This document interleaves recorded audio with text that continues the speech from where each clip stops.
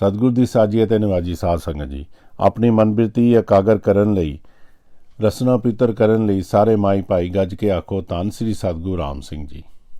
ਫਿਰ ਸਾਰੇ ਗੱਜ ਕੇ ਆਖੋ ਧੰਨ ਸ੍ਰੀ ਸਤਿਗੁਰੂ ਉਦੈ ਸਿੰਘ ਜੀ। ਆਪ ਸਾਰੀ ਸੰਗਤ ਨੂੰ ਬਸੰਤ ਪੰਚਮੀ ਦੇ ਪਵਿੱਤਰ ਦਿਹਾੜੇ ਦੀਆਂ ਲੱਖ ਲੱਖ ਵਧਾਈਆਂ ਪੇਸ਼ ਕਰਦਾ ਹਾਂ। ਅੱਜ ਆਪ ਜੀ ਦੇ ਸਾਹਮਣੇ ਕੁਝ ਇਤਿਹਾਸ ਸ੍ਰੀ ਸਤਿਗੁਰੂ ਰਾਮ ਸਿੰਘ ਜੀ ਦੇ ਪ੍ਰਕਾਸ਼ ਬਾਰੇ ਰੱਖਾਂਗਾ ਆਪਣੀ ਸੂਝ ਮੁਤਾਬਕ। ਸਭ ਤੋਂ ਪਹਿਲਾਂ ਆਪ ਜੀ ਦੇ ਸਾਹਮਣੇ ਇੱਕ ਕੁੰਡਲੀਆ ਪੇਸ਼ ਕਰਦਾ ਹਾਂ। ਇਹ ਮੇਰੇ ਪਿਤਾ ਜੀ ਸੰਤ ਦਿਆਲ ਸਿੰਘ ਜੀ ਨੇ 1957 ਵਿੱਚ ਲਿਖਿਆ ਸੀ ਬਸੰਤ ਪੰਚਮੀ ਦੇ ਦਿਹਾੜੇ 'ਤੇ, ਅਤੇ ਇਹ ਸਤਿਯੁਗ ਦੇ ਕਵਰ ਦੇ ਉੱਪਰ ਇਹ ਕੁੰਡਲੀਆ ਛਪਿਆ ਸੀ। ਉਹ ਇਸ ਤਰ੍ਹਾਂ ਲਿਖਦੇ ਹਨ ਕਿ ਰਾਮ ਸਿੰਘ ਸਤਿਗੁਰੂ ਜੀ ਪ੍ਰਗਟੇ ਰੂਪ ਮੁਰਾਰ। राम सिंह सतगुरु जी प्रगटे रूप मुरार, जगत उदाहरण के निमित्त लीनो है अवतार। लीनो है अवतार गौ रक्षा दे कारण, दुख पंजन कृपाल सो जम की त्रास निवारण। नर नारी को आप दियो मुख अमृत नाम, द्वादश गुरु को अनक बार मेरी है प्रणाम। द्वादश गुरु को अनक बार मेरी है प्रणाम।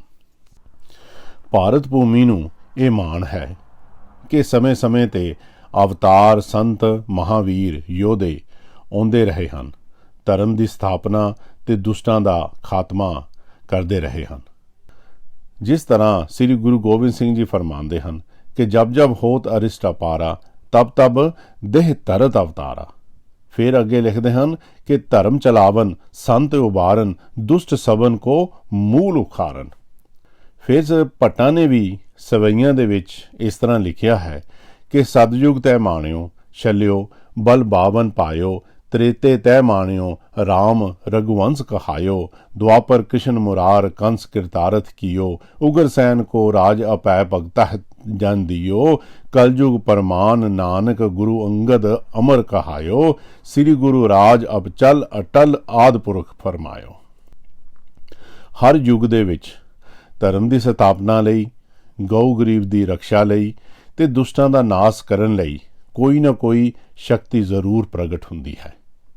इस गल की पुष्टि सतगुरु जी बाणी दे विच फिर करते हैं कि हर जुग जुग भगत उपाया, पैज रखदा आया राम राजे।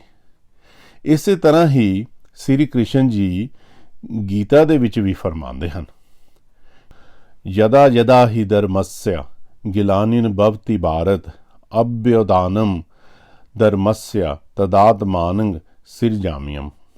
जिसका तात्पर्य है कि जदों भी धरती ते पाप वध जाते हैं ते धर्म विच गिरावट आउंदी है, मासूम सताए जाते हैं, उदों मैं अवतार लैके धर्म की स्थापना करदा हाँ ते दुष्टां दा नाश करदा हाँ। सो जिस समय श्री सतगुरु राम सिंह जी का आगमन होया, उस वेले सिख पंथ की हालत भी बड़ी तरसयोग सी।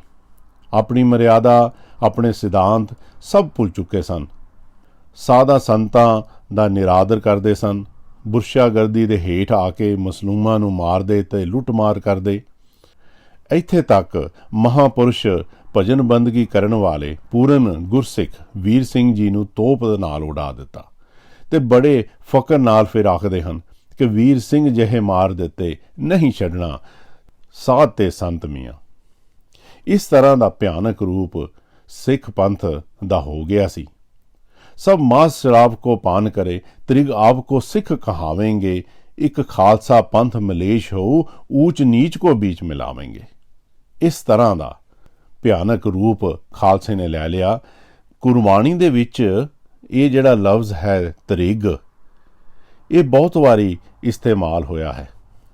त्रिग का भाव हुंदा है कि बहुत सारियां फिटकारां जां लानतां हुंदियां हन, ते मलेश का भाव हुंदा है जो गऊ का मांस खांदा है, वेदां दे विरुद्ध बोलदा है, जां जिस दे अंदर उत्तम विचार नहीं हैं। सो उस वेले जिहड़ा खालसा सी उसकी हालत इदां दी हो गई सी कि सब मांस शराब को पान करे, त्रिग आप को सिख कहावेंगे। वो फिर भी अपने आप नूं सिख कहाउंदे सन।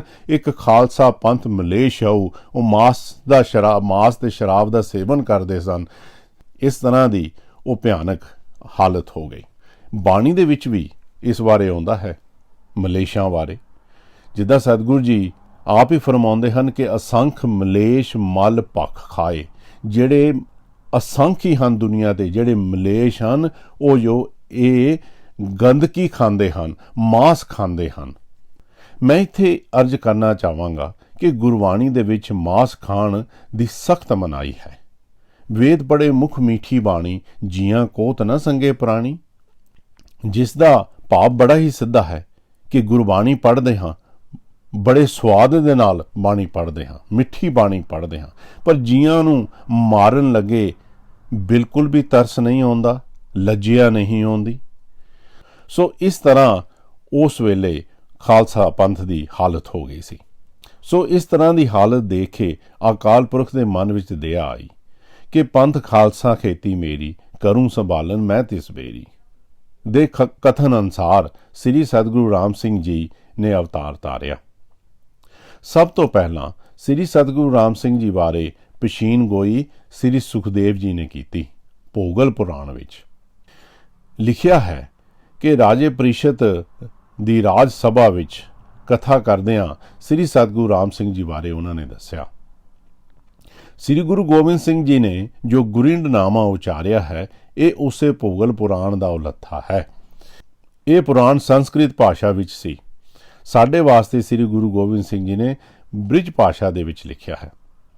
ਉਸ ਦੇ ਆਰੰਭ ਦੇ ਵਿੱਚ ਇਸ ਤਰ੍ਹਾਂ ਲਿਖਿਆ ਹੈ ਕਿ ਅਤ ਭੋਗਲ ਪੁਰਾਣੇ ਦੁਆਦਸ਼ ਸਕੰਦੇ ਗੁਰ ਬੰਸਾਵਲੀ ਲਿਖਿਆ ਤੇ ਚਤੁਰਦਸ ਅਵਤਾਰੇ ਸ੍ਰੀ ਗੁਰਿੰਡ ਨਾਮਾ ਵਰਨੰਗ ਸ੍ਰੀ ਸੁਖ ਰਾਜਾ ਪ੍ਰੀਸ਼ਤ ਸੰਵਾਦੇ ਸ੍ਰੀ ਗੁਰਿੰਡ ਨਾਮਾ ਕਲ ਯੁਗੇ ਭਾਖਾ ਕਰਕੇ ਸੁਨਾਵਨ ਬਿਦ ਸ੍ਰੀ ਮੁਖ ਵਾਕ ਪਾਤਸ਼ਾਹੀ ਦਸਵੇਂ। ਗੁਰਿੰਡ ਨਾਮੇ ਦੇ ਵਿੱਚ ਸ੍ਰੀ ਸੁਖਦੇਵ ਜੀ ਨੇ 12ਵੇਂ ਗੁਰੂ ਬਾਬਤ ਇਸ ਤਰ੍ਹਾਂ ਫਰਮਾਇਆ ਹੈ। ਕੁਛ ਹਿੱਸਾ ਆਪ ਜੀ ਦੇ ਸਾਹਮਣੇ ਮੈਂ ਰੱਖਦਾ ਹਾਂ। ਜਾਮਾ ਪਹਿਰਿਓ 12ਵਾਂ ਪ੍ਰਗਟ ਆਦ ਰਘੁਵੰਸ, ਸੰਗਤ ਮਿਲੇ ਅਨੰਤ ਤਬ ਮਾਨੋ ਕੋਟ ਸਹੰਸ। ਸ੍ਰੀ ਗੁਰੂ ਗੋਬਿੰਦ ਸਿੰਘ ਜੀ ਫਰਮਾਉਂਦੇ ਹਨ ਕਿ 12ਵਾਂ ਜਾਮਾ ਆਪ ਅਕਾਲ ਪੁਰਖ ਨਿਰਗੁਣ ਤੇ ਸਰਗੁਣ ਸਰੂਪ ਧਾਰ ਕੇ ਆਵੇਗਾ। ਆਪ ਪਰਮੇਸ਼ਰ ਰੂਪ ਧਾਰੇਗਾ। ਜਿਸ ਤਰ੍ਹਾਂ ਸਤਿਗੁਰੂ ਜੀ ਫਿਰ ਅੱਗੇ ਫਰਮਾਉਂਦੇ ਹਨ ਕਿ ਦੁਆਦਸ ਪੁਰਖ ਜੋ ਆਦ ਸੇ ਸਭਨ ਕੇ ਸਿਰ ਮੋਰ, ਸਖਤ ਅਨੰਤੀ ਆਏਂਗੇ ਆਦ ਇਹ ਨਹੀਂ ਔਰ। ਜਾਕੋ ਸੁਰ ਜਸ ਰਟਤ ਹੈ ਸੇਖਨ ਕੋਟ ਮਹੇਸ਼, ਸੋ ਪ੍ਰਗਟੇਗਾ ਪ੍ਰਿਥੀ ਪਰ ਕੁਲ ਸ਼ਤਰੀਆ ਦਨੇਸ਼।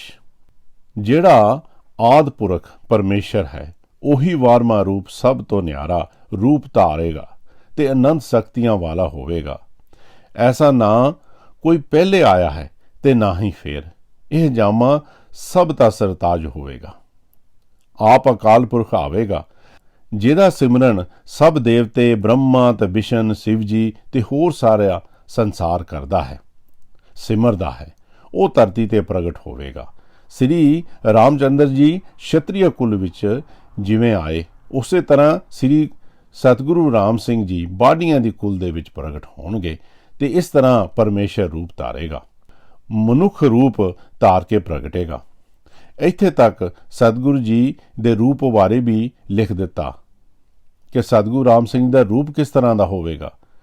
ਲਿਖਦੇ ਹਨ ਕਿ ਕਵਲ ਭੂਤਨ ਪ੍ਰਕਾਸ਼ ਹੀ, ਬਪ 12ਵਾਂ ਬੰਸ ਕਸ਼ੂ ਦਿਜਵਰ ਉਦੇ ਹੋਏ, ਲਊ ਕਿਰਨ ਸਹੰਸ।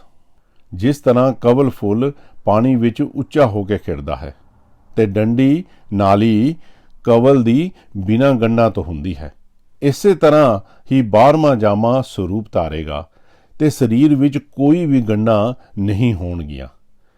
ਧਰਤੀ ਤੇ ਪ੍ਰਕਾਸ਼ਵਾਨ ਹੋਵੇਗਾ ਤੇ ਨਾਲ ਹੀ ਕਸ਼ੂ ਤੇ ਲਹੂ ਪ੍ਰਗਟ ਹੋਣਗੇ। ਧਰਤੀ ਤੇ ਸਖਤ ਧਾਰ ਕੇ ਹਜ਼ਾਰਾਂ ਲੱਖਾਂ ਕਿਰਨਾਂ ਤੇ ਸੂਰਜ ਵਾਂਗ ਪ੍ਰਗਟ ਹੋਣਗੇ। ਸ੍ਰੀ ਗੁਰੂ ਗੋਬਿੰਦ ਸਿੰਘ ਜੀ ਫਰਮਾਉਂਦੇ ਹਨ ਕਿ ਜਿਸ ਕੁਲ ਵਿੱਚ ਜਾਣੀ ਕਿ ਰਾਮਗੜੀਆ ਕੁਲ ਵਿੱਚ ਅਵਤਾਰ ਧਾਰਨਗੇ ਤੇ ਉਹੀ ਨਾਮ ਹੋਵੇਗਾ, ਜਾਣੀ ਕਿ ਰਾਮ ਸਿੰਘ। 100 ਸਾਖੀ ਦੇ ਵਿੱਚ ਜਿਸ ਤਰ੍ਹਾਂ ਲਿਖਿਆ ਹੈ ਕਿ ਰਾਮ ਸਿੰਘ ਮੇਰੋ ਹੋਏ ਨਾਮਾ, ਬਾਢੀ ਸੁਤ ਭੈਣੀ ਕੋ ਤਾਮਾ। ਸ੍ਰੀ ਗੁਰੂ ਗੋਬਿੰਦ ਸਿੰਘ ਜੀ ਫਰਮਾਉਂਦੇ ਹਨ ਕਿ ਮੈਂ ਉਸ ਕੁਲ ਨੂੰ ਯਾਹੀ ਕੁਲ ਤੇ ਪ੍ਰਗਟ ਹੋਏ, ਤਾਹੀ ਕੁਲ ਕੋ ਨਾਮ, ਪੁਨ ਦੁਆਦਸ ਗੋਰਿੰਡ ਕੋ ਮੇਰੀ ਹੈ ਪ੍ਰਨਾਮ। ਕਿ ਉਸ 12ਵੇਂ ਜਾਮੇ ਨੂੰ ਮੇਰੀ ਪ੍ਰਨਾਮ ਹੈ ਤੇ ਨਾਲ ਹੀ ਉਸ ਕੁਲ ਨੂੰ ਵੀ ਪ੍ਰਣਾਮ ਹੈ ਜਿਸ ਕੁਲ ਦੇ ਵਿੱਚ ਉਹ ਪ੍ਰਗਟ ਹੋਣਗੇ। ਸ੍ਰੀ ਸੁਖਦੇਵ ਜੀ ਰਾਜਾ ਪ੍ਰੀਸ਼ਦ ਦੇ ਰਾਜ ਸਭਾ ਵਿੱਚ ਇਸ ਪੁਰਾਣ ਦੀ ਕਥਾ ਕਰਦੇ ਹੋਏ ਇਹ ਦੱਸਿਆ ਕਿ 12ਵਾਂ ਜਿਹੜਾ ਜਾਮਾ ਹੋਏਗਾ ਉਹ ਬੜੀ ਹੀ ਉੱਚੀ ਤੇ ਸੁੱਚੀ ਮਰਿਆਦਾ ਵਾਲਾ ਹੋਵੇਗਾ। ਅੰਮ੍ਰਿਤ ਵੇਲੇ ਇਸ਼ਨਾਨ ਕਰਨਾ, ਨਾਮ ਜਪਣਾ, ਬਾਣੀ ਪੜ੍ਹਨੀ, ਸ਼ੁੱਧ ਆਹਾਰ, ਝੂਠ ਨਹੀਂ ਬੋਲਣਾ, ਮਾਂ ਸ਼ਰਾਬ ਦੀ ਮਨਾਹੀ, ਕਿਸੇ ਦਾ ਬੁਰਾ ਨਹੀਂ ਕਰਨਾ ਆਦਿ ਕਿ ਇਸ ਤਰ੍ਹਾਂ ਦਾ ਗੁਰੂ ਨਾ ਪਹਿਲੇ ਹੋਇਆ ਹੈ ਤੇ ਨਾ ਹੀ ਹੋਵੇਗਾ। ਗੁਰਿੰਡਨਾਮੇ ਦੇ ਵਿੱਚ ਹੋਰ ਵੀ ਬਹੁਤ ਕੁਝ ਵਿਸਤਾਰ ਦੇ ਨਾਲ ਲਿਖਿਆ ਹੈ। ਸਤਿਗੁਰੂ ਜੀ ਦੀਆਂ ਇੰਨੀਆਂ ਸਿਫਤਾਂ ਸੁਣ ਕੇ ਜੋ ਸਭਾ ਦੇ ਵਿੱਚ ਬੈਠੇ ਸਨ ਉਹਨਾਂ ਨੇ ਸੁਖਦੇਵ ਜੀ ਪਾਸ ਅਰਜ਼ ਕੀਤੀ ਕਿ ਅਸੀਂ ਉਸ ਮਹਾਨ ਸਤਿਗੁਰੂ ਦੇ ਸੇਵਕ ਬਣ ਸਕਦੇ ਹਾਂ। ਸ੍ਰੀ ਸੁਖਦੇਵ ਜੀ 16 ਕਲਾ ਸੰਪੂਰਨ ਸਨ। ਇਹ ਵੇਦ ਵਿਆਸ ਜੀ ਦੇ ਪੁੱਤਰ ਸਨ। ਇਹਨਾਂ ਦਾ ਇਤਿਹਾਸ ਮੈਂ ਫਿਰ ਕਦੀ ਅਰਜ਼ ਕਰਾਂਗਾ। ਤੇ ਸੁਖਦੇਵ ਜੀ ਨੇ ਉੱਤਰ ਦਿੱਤਾ, ਹਾਂ ਤੁਸੀਂ ਹੁਣ ਤੋਂ ਹੀ ਉਸ ਸਤਿਗੁਰੂ ਦੇ ਸੇਵਕ ਬਣ ਸਕਦੇ ਹੋ। ਸੁਖਦੇਵ ਜੀ ਨੇ ਆਪਣੀ ਸ਼ਕਤੀ ਨਾਲ ਜੋ ਕਲਯੁਗ ਦੇ ਵਿੱਚ ਸ੍ਰੀ ਗੁਰੂ ਨਾਨਕ ਦੇਵ ਜੀ ਨੇ 4 ਅੱਖਰਾ ਨਾਮ ਦੇਣਾ ਸੀ ਉਹ ਨਾਮ ਉਹਨਾਂ ਦੇ ਕੰਨ ਦੇ ਵਿੱਚ ਦੱਸ ਦਿੱਤਾ ਤੇ ਉਹਨਾਂ ਨੂੰ ਆਦੇਸ਼ ਦਿੱਤਾ ਕਿ ਉਹ ਗਿਰ ਸਹਾਦਰ ਪਰਵਤ ਤੇ ਸਮਾਧੀ ਲਾ ਕੇ ਨਾਮ ਜਪਣ। ਨਾਲ ਇਹ ਆਖਿਆ ਕਿ ਉਹਨਾਂ ਦੇ ਸਵਾਸ ਚੱਲਦੇ ਰਹਿਣਗੇ, ਉਹਨਾਂ ਨੂੰ ਕੋਈ ਭੁੱਖ ਪਿਆਸ ਨਹੀਂ ਲੱਗੇਗੀ। ਜਦੋਂ 12ਵਾਂ ਸਤਿਗੁਰ ਦਾ ਸਮਾਂ ਆਵੇਗਾ ਕਿ ਤੁਸੀਂ ਸਰੀਰ ਤਿਆਗ ਕੇ ਗੁਰਸਿੱਖਾਂ ਦੇ ਘਰ ਫਿਰ ਜਨਮ ਲਵੋਗੇ ਤਾਂ ਸਤਿਗੁਰੂ ਰਾਮ ਸਿੰਘ ਦੇ ਸਿੱਖ ਬਣੋਗੇ। ਇੱਥੇ ਮੈਂ ਇਹ ਦੱਸਣਾ ਚਾਹਾਂਗਾ ਕਿ ਰਾਜਾ ਜੋ ਪ੍ਰੀਸ਼ਦ ਸੀ ਇਹ ਮਹਾਭਾਰਤ ਦਾ ਮਹਾਰਥੀ ਅਰਜੁਨ ਦਾ ਪੋਤਰਾ ਸੀ। ਇਹ ਕਲਯੁਗ ਦੇ ਸ਼ੁਰੂ ਦੇ ਵਿੱਚ ਹੋਇਆ। ਤੁਸੀਂ ਇੱਥੋਂ ਅੰਦਾਜ਼ਾ ਲਾ ਸਕਦੇ ਹੋ ਕਿ ਇਹ ਪੇਸ਼ੀਨ ਗੋਈ ਕਿੰਨੀ ਪੁਰਾਣੀ ਹੈ। ਕਰੀਬ 5000 ਸਾਲ ਪੁਰਾਣੀ ਹੈ। ਫਿਰ ਉਸ ਤੋਂ ਉਪਰੰਤ ਸ੍ਰੀ ਗੁਰੂ ਨਾਨਕ ਦੇਵ ਜੀ ਸ੍ਰੀ ਸਤਿਗੁਰੂ ਰਾਮ ਸਿੰਘ ਜੀ ਬਾਰੇ ਪੇਸ਼ੀਨ ਗੋਈ ਕੀਤੀ 500 ਸਾਲ ਪਹਿਲਾਂ। ਸ੍ਰੀ ਗੁਰੂ ਨਾਨਕ ਦੇਵ ਜੀ ਅਜਿੱਤੇ ਰੰਧਾਵੇ ਨਾਲ ਬਚਨ ਕਰਦਿਆਂ 12ਵੇਂ ਗੁਰੂ ਬਾਰੇ ਦੱਸਿਆ। ਅਜਿੱਤਾ ਰੰਧਾਵਾ ਪੁੱਛਦਾ ਹੈ ਕਿ ਆਉਣ ਵਾਲਾ ਸਮਾਂ ਕਿਸ ਤਰ੍ਹਾਂ ਦਾ ਹੋਵੇਗਾ ਤਾਂ ਸਤਿਗੁਰੂ ਜੀ ਉਸ ਨੂੰ ਜਵਾਬ ਦਿੰਦੇ ਹਨ। ਅਜਿੱਤੇ ਰੰਧਾਵੇ ਦੀ ਗੋਸ਼ਟ ਜੋ ਹੈ ਇਹ ਜਨਮ ਸਾਖੀ ਵਿੱਚ ਦਰਜ ਹੈ। ਇਹ ਜਨਮ ਸਾਖੀ ਭਾਈ ਵਾਲੇ ਵਾਲੀ ਅੰਕ 1541 ਤੋਂ ਲੈ ਕੇ 42 ਤੱਕ ਉਸ ਦੇ ਵਿੱਚ ਇਹ ਦਰਜ ਹੈ ਅਤੇ ਇਹ ਰਾਏ ਸਾਹਿਬ ਮੁਨਸ਼ੀ ਗੁਲਾਬ ਸਿੰਘ ਦੇ ਛਾਪੇਖਾਨੇ ਦੇ ਵਿੱਚ ਛਪੀ ਸੀ। ਇਸ ਪੁਰਾਤਨ ਜਨਮ ਸਾਖੀ ਦਾ ਕੀ ਹੋਇਆ ਮੈਂ ਫਿਰ ਕਦੀ ਅਰਜ਼ ਕਰਾਂਗਾ ਕਿ ਕਿਸ ਤਰ੍ਹਾਂ ਅੰਗਰੇਜ਼ੀ ਹਕੂਮਤ ਨੇ ਸਾਡੇ ਹੀ ਸਿੱਖਾਂ ਭਰਾਵਾਂ ਦੇ ਨਾਲ ਮਿਲ ਕੇ ਇਸ ਦੇ ਵਿੱਚ ਅਦਲਾ ਬਦਲੀ ਕਰ ਦਿੱਤੀ। ਸੋ ਅਜਿੱਤੇ ਰੰਧਾਵੇ ਦੀ ਗੋਸ਼ਟ ਦੇ ਵਿੱਚ ਲਿਖਿਆ ਹੈ ਕਿ ਗੁਰ ਚੇਲੇ ਰਹਿ ਰਾਸ ਅੰਤਰ ਵੇਖੇ ਟੋਏ, ਸਵਾਂਗੀ ਹਰ ਪ੍ਰਭ ਹੋਆ ਨਹੀਂ ਮਿਲਾਵਾ ਤੋਏ। ਭਾਈ ਅਜਿੱਤਿਆ 12ਵਾਂ ਜਾਮਾ ਜਦ ਗੁਰੂ ਹੋਵੇਗਾ, ਨਿਰਲੰਬ ਸਭ ਤੋਂ ਨਿਆਰਾ, ਨਿਰਲੇਪ ਸਭ ਦੁਨੀਆ ਤੇ ਨਿਆਰਾ ਰਹੇਗਾ ਅਤੇ ਆਪ ਕੋ ਜਣਾਏਗਾ ਨਹੀਂ ਔਰ ਨਿਰਮੋਹ ਹੋਏਗਾ ਅਤੇ ਆਸਰਾ ਜੋ ਲਵੇਗਾ ਸੋ ਅਕਾਲ ਪੁਰਖ ਖਾ ਲਏਗਾ ਤੇ ਤਿਸੇ ਕੋਈ ਲੱਖ ਨਾ ਸਕੇਗਾ। ਸੂਲੀ ਸ਼ਬਦ ਉਚਰੇਗਾ ਔਰ ਸ਼ਬਦ ਹੀ ਕਮਾਵੇਗਾ और जो सिख होवनगे तिनको भी शब्द ही दसेगा और तिसके आसरे मार्ग चलेगा। पाई जित्या 12वां जामा कड़ड़ा राह दसेगा। जुगा जुगंतर सतगुरु दूसर होआ न होग, 84 जामे पहर के पाछे होआ अलोप। 70 जामे भगत जन 14 सतगुर राय, गुरमुख होए सो मिल रहे मनमुख मिलह सजाए। पढ़ बेड़े ले जाएंगे संत जना के पूर, बेमुख टुटे टुट मुए मनमुख पै कबूल। गुरमुख जिन्नी जानिया मिट गए आवन जान, नानक जाता खसम जिन आए ते परवान। फिर श्री गुरु नानक देव जी ने मक्के विच काजी रुकनदीन दे नाल बचन करदियां श्री सतगुरु राम सिंह जी बारे इशारे कीते हन। जिस तरह फरमाते हैं कि लोप होऊगा राज दे मम थापू गोबिंद, बचन पाल ना सकेंगे बहुत होएंगे जंग। मैं फिर करूँगा खालसा वसे विच पंजाब, चौह वर्ना का एक रूप देख करो मैं साज। ये भी जन्म साखी दे विच दर्ज है करनी नामे विच। बहुत सारियां सिख संगतां नूं ये नहीं पता कि करनी नामा कित्थे लिखिया है। आप संगत ने कई बार सुनिया होवेगा। आम सिख संगतां पढ़दियां हन कि राज करेगा खालसा आकी रहे न कोई, खुआर होए सब मिलेंगे, बचे सरन जो होए। ਇਹ ਤੁਕਾਂ ਆਪ ਜੀ ਨੇ ਬਹੁਤ ਵਾਰੀ ਸੁਣੀਆਂ ਹੋਣਗੀਆਂ। ਇਹ ਜੋ ਤੁਕਾਂ ਹਨ ਇਹ ਕਰਨੀਨਾਮੇ ਦੇ ਖੀਰ ਦੇ ਵਿੱਚ ਲਿਖੀਆਂ ਹੋਈਆਂ ਹਨ।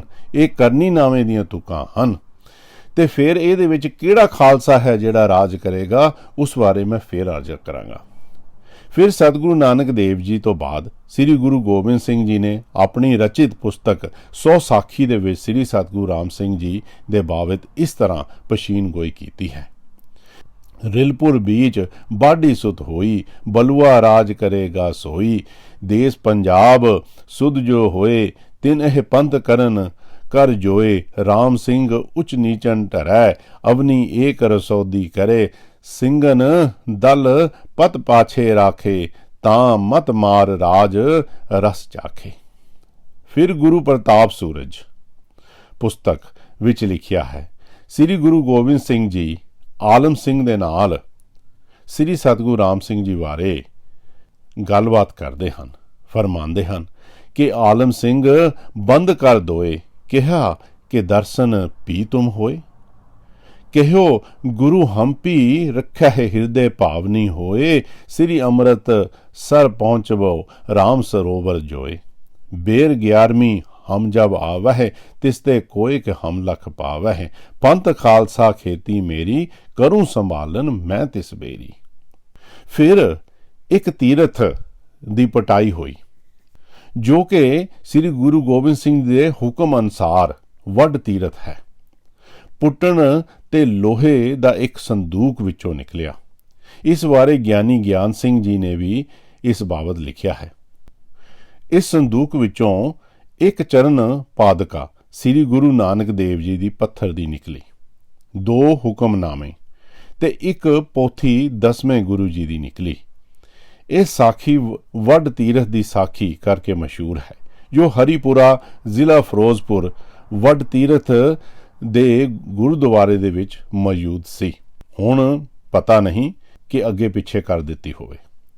ਉਸ ਪੋਥੀ ਵਿੱਚ ਜਾਣੀ ਕਿਤਾਬ ਵਿੱਚ ਹੋਰ ਵੀ ਭਵਿਸ਼ਵਾਣੀਆਂ 12ਵੇਂ ਸਤਿਗੁਰੂ ਜੀ ਬਾਰੇ ਹਨ। ਇਸ ਪੋਥੀ ਵਿੱਚ ਲਿਖਿਆ ਹੈ ਕਿ ਇੱਕ ਸਮੇਂ ਭਾਈ ਨੰਦ ਸਿੰਘ ਜੀ ਨੇ ਸ੍ਰੀ ਗੁਰੂ ਗੋਬਿੰਦ ਸਿੰਘ ਜੀ ਪਾਸ ਬੇਨਤੀ ਕੀਤੀ ਕਿ ਫਿਰ ਕਦੋਂ ਅਵਤਾਰ ਧਾਰ ਕੇ ਮਾਤ ਲੋਕ ਦੇ ਜੀਆਂ ਦਾ ਉਧਾਰ ਕਰੋਗੇ। ਸਤਿਗੁਰੂ ਜੀ ਫਰਮਾਇਆ, ਨੰਦ ਸਿੰਘ ਸੁਣ ਤੋਹੇ ਸੁਣਾऊं, ਤੇਰੇ ਮਨ ਕਾ ਭਰਮ ਮਿਟਾऊं। ਇੱਕ 10ਵੇਂ ਗੁਰੂ ਹੋਏ ਅਵਤਾਰਾ, ਹੋਏ ਨਹਿ ਪ੍ਰਗਟ ਸੰਸਾਰਾ, ਜੋਤ ਹਮਾਰੀ ਤਿਤ ਤਨ ਰਹੇ, ਸ੍ਰੀ ਮੁਖ ਤੇ ਦਸ਼ਮੇਸ਼ ਉਚਰੈ। 12ਵੇਂ ਗੁਰੂ के लक्षण गाऊं, सब ही तो को पाख सुनाऊं। 1278 जब आवे, संत खालसा जग प्रगटावे। जपो जाप हृदय कै माही, वह सिख धर्म रूह हो जाही। गौअन रश करन सिख पारी, 80 सीस लगे इस बारी। 1288 जब आवे, सतगुरु देश छोड़ ਪਰਦੇਸ ਦਾਵੇ। ਇਸ ਦੇ ਵਿੱਚ ਗੁਰੂ ਗੋਬਿੰਦ ਸਿੰਘ ਜੀ ਬਹੁਤ ਕੁਝ ਫਰਮਾਉਂਦੇ ਹਨ। ਇਹ ਵੀ ਫਰਮਾਉਂਦੇ ਹਨ ਕਿ 12ਵਾਂ ਜਿਹੜਾ ਸਤਿਗੁਰ ਹੈ ਉਹ ਸੰਤ ਖਾਲਸਾ ਫਿਰ ਪ੍ਰਗਟ ਆਵੇਗਾ ਅਤੇ ਉਹਦੇ ਸਮੇਂ ਹੀ ਜਿਹੜੇ ਸਿੱਖ ਹਨ 80 ਸੀਸ ਲੱਗਣਗੇ ਗਊਆਂ ਦੀ ਰੱਖਿਆ ਕਰਨ ਵਾਸਤੇ, ਜਾਣੀ ਕਿ ਮਲੇਰਕੋਟਲੇ ਦੇ ਸ਼ਹੀਦਾਂ ਵੱਲ ਇਹ ਸੰਕੇਤ ਹੈ। ਤੇ ਫਿਰ ਉਸ ਤੋਂ ਬਾਅਦ ਜਦੋਂ 1288 ਜਬ ਆਵੇ, ਸਤਿਗੁਰ ਦੇਸ਼ ਛੋੜ ਪਰਦੇਸ ਸਦਾਵੇ, ਜਾਣੀ ਕਿ ਸਤਿਗੁਰ ਜੀ ਪਰਦੇਸ ਜਾਣਗੇ। ਉਸ ਦੇ ਬਾਰੇ ਵੀ ਇਸੇ ਦੇ ਵਿੱਚ ਦੱਸਿਆ ਗਿਆ ਹੈ। ਫਿਰ ਅੱਗੇ ਇਸ ਦੇ ਵਿੱਚ ਲਿਖਿਆ ਹੈ ਪੰਥ ਪ੍ਰਕਾਸ਼ ਦੇ ਵਿੱਚ ਕਿ ਦਾਦੂ ਸਾਹਿਬ ਉਚਾਰਿਆ, ਕਿਰਪਾ ਸਿੰਧ ਮਹਾਨ, ਤੁਮ ਪੀਛੇ ਦੁੱਖ ਦੇਣਗੇ ਜੋ ਹਨ ਮੁਸਲਮਾਨ। ਕਿਰਪਾ ਸਿੰਧ ਉਚਾਰਿਆ, ਸੁਣੋ ਦਾਦੂ ਦਾਦ, ਪੁਨਾ ਸਿੰਘ ਸਾਜ ਕੇ ਬੈਰ ਲਉ ਬਹੁ ਭਾਂਤ। ਕਿਰਪਾ ਸਿੰਧ ਜੀ ਨੇ ਮੁਖੋਂ ਯੋ ਉਚਾਰੀ, ਰਚੋ ਪੰਥ ਨੀਕਾ ਅੰਸ ਨਾਮ ਧਾਰੀ। ਰਚੋ ਪੰਥ ਨੀਕਾ ਅੰਸ ਨਾਮ ਧਾਰੀ। ਇਸੇ ਤਰ੍ਹਾਂ ਹੀ ਫਿਰ ਸੱਚੇ ਪਾਤਸ਼ਾਹ ਆਖਦੇ ਹਨ ਕਿ ਤਿੰਨਮਹਿ ਹੈ ਰਾਮ ਸਿੰਘ ਮਮਸਾਰਾ, ਦੇਸ ਮਾਲਵੇ ਮਹਿ ਅਵਤਾਰਾ। ਇਹ ਪੰਥ ਪ੍ਰਕਾਸ਼ ਦੇ ਵਿੱਚ ਲਿਖਿਆ ਹੈ। ਸਤਿਗੁਰੂ ਰਾਮ ਸਿੰਘ ਜੀ ਬਾਰੇ ਮੈਂ ਕੁਛ ਪਛੀਣ ਗੋਈਆਂ ਆਪ ਜੀ ਦੇ ਸਾਹਮਣੇ ਰੱਖੀਆਂ ਹਨ। ਹੋਰ ਵੀ ਬਹੁਤ ਹਨ, ਪਰ ਕੁਛ ਟੂਕ ਮਾਤਰ ਆਪ ਜੀ ਦੇ ਸਾਹਮਣੇ ਰੱਖੀਆਂ ਹਨ, ਅਰਜ਼ਾਂ ਕੀਤੀਆਂ ਹਨ। ਸਾਨੂੰ ਇਸ ਗੱਲ ਦਾ ਗੌਰਵ ਹੋਣਾ ਚਾਹੀਦਾ ਹੈ ਕਿ ਅਸੀਂ ਉਸ ਮਹਾਨ ਸਤਿਗੁਰ ਦੇ ਸਿੱਖ ਹਾਂ, ਜਿਨ੍ਹਾਂ ਦੇ ਗੁਣ ਹਜ਼ਾਰਾਂ ਸਾਲਾਂ ਤੋਂ ਸਾਧ ਸੰਤ ਤੇ ਗੁਰੂ ਸਾਹਿਬਾਨ ਗਾਉਂਦੇ ਆਏ ਹਨ।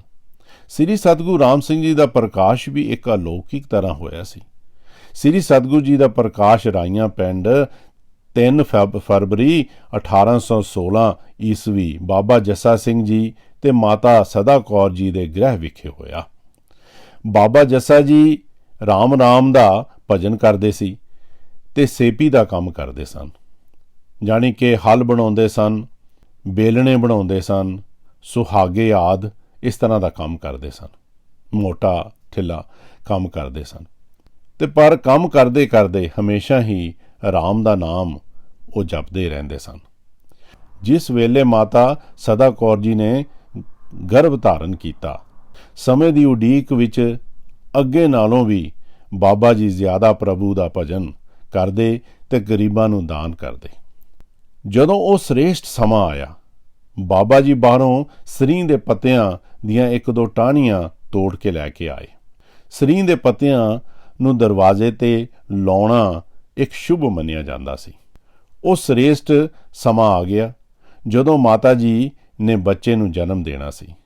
ਪਰ ਬਾਬਾ ਜੱਸਾ ਜੀ ਦੀ ਹੈਰਾਨੀ ਦੀ ਕੋਈ ਹੱਦ ਨਾ ਰਹੀ ਜਦੋਂ ਇਹ ਦੇਖਿਆ ਕਿ ਬੱਚੇ ਦੀ ਬਜਾਏ ਮਾਤਾ ਸਦਾ ਕੌਰ ਜੀ ਨੇ ਇੱਕ ਮਸ਼ਕ ਤਰ੍ਹਾਂ ਪਾਣੀ ਨਾਲ ਭਰੀ ਹੋਈ ਨੂੰ ਜਨਮ ਦਿੱਤਾ। ਬਾਬਾ ਜੀ ਨੇ ਉਸ ਸਰੀਂ ਦੀ ਟਹਿਣੀ ਨਾਲ ਉਸ ਨੂੰ ਛੇੜਿਆ ਤੇ ਉਸ ਮਸ਼ਕ ਦੇ ਵਿੱਚੋਂ ਜੋ ਪਾਣੀ ਸੀ ਉਹ ਨਿਕਲ ਗਿਆ ਤੇ ਜਿਹੜਾ ਜਾਲਾ ਸੀ ਉਹ ਜ਼ਮੀਨ ਤੇ ਬੈਠ ਗਿਆ। ਉੱਥੇ ਹੀ ਟੋਆ ਪੱਟ ਕੇ ਦਬ ਦਿੱਤਾ। ਬਾਬਾ ਜੀ ਚਿੰਤਾਵਾਨ ਜਿਹੇ ਹੋ ਕੇ ਵਿਚਾਰ ਕਰਦੇ ਸਨ ਕਿ ਹੇ ਰਾਮ, ਕੀ ਸੋਚਿਆ ਸੀ, ਕੀ ਹੋ ਗਿਆ। ਦਾਈ ਰਹਿਮ ਤੋਂ ਜੋ ਕਸ਼ਮੀਰਨ ਸੀ ਉਹ ਆਪਣੇ ਘਰ ਚਲੀ ਗਈ। ਮਾਤਾ ਜੀ ਨੇ ਇਸ਼ਨਾਨ ਕਰ ਲਿਆ। ਬਾਬਾ ਜੀ ਇੱਕ ਪਾਸੇ ਬੈਠ ਕੇ ਰਾਮ ਰਾਮ ਕਰਨ ਲੱਗ ਪਏ। ਮਾਤਾ ਜੀ ਨੇ ਅੱਖ ਹੀ ਝਪਕੀ ਸੀ ਤੇ ਬਾਬਾ ਜੀ ਨੇ ਮੁੜ ਕੇ ਮਾਤਾ ਜੀ ਵੱਲ ਦੇਖਿਆ ਤੇ ਅਸਚਰਜ ਰਹਿ ਗਏ। ਮਾਤਾ ਜੀ ਦੇ ਨਾਲ ਇੱਕ ਬੇਹੱਦ ਸੁੰਦਰ ਬਾਲਕ ਖੇਡਦਾ ਪਿਆ ਸੀ। ਬਾਬਾ ਜੀ ਦੇ ਦਿਮਾਗ ਵਿੱਚ ਹਲਚਲ ਜਿਹੀ ਮਚ ਗਈ ਕਿ ਪਤਾ ਨਹੀਂ ਲੱਗਦਾ ਕਿ ਇਹ ਕੀ ਕੌਤਕ ਹੈ। ਸਾਰੇ ਪਾਸੇ ਖਬਰ ਫੈਲ ਗਈ ਕਿ ਬਾਬਾ ਜੱਸੇ ਤਖਾਣ ਦੇ ਘਰ ਇੱਕ ਬਹੁਤ ਹੀ ਸੁੰਦਰ ਬਾਲਕ ਨੇ ਜਨਮ ਲਿੱਤਾ ਹੈ। ਹਰ ਪਾਸੇ ਖੁਸ਼ੀਆਂ ਦਾ ਮਾਹੌਲ ਬਣ ਗਿਆ। ਜਦੋਂ ਇਸ ਗੱਲ ਦਾ ਪਤਾ ਦਾਈ ਨੂੰ ਲੱਗਾ ਤਾਂ ਕਹਿਣ ਲੱਗੀ, ਨਹੀਂ, ਇਹ ਤਾਂ ਝੂਠ ਹੈ। ਮਾਤਾ ਸਦਾ ਕੌਰ ਜੀ ਨੂੰ ਤਾਂ ਮਸ਼ਕ ਪੈਦਾ ਹੋਈ ਸੀ, ਉੱਥੇ ਹੀ ਦਬਾ ਕੇ ਆਈ ਹਾਂ, ਤੇ ਪੁੱਤਰ ਵਾਲੀ ਗੱਲ ਕਿਸ ਤਰ੍ਹਾਂ ਹੋ ਸਕਦੀ ਹੈ।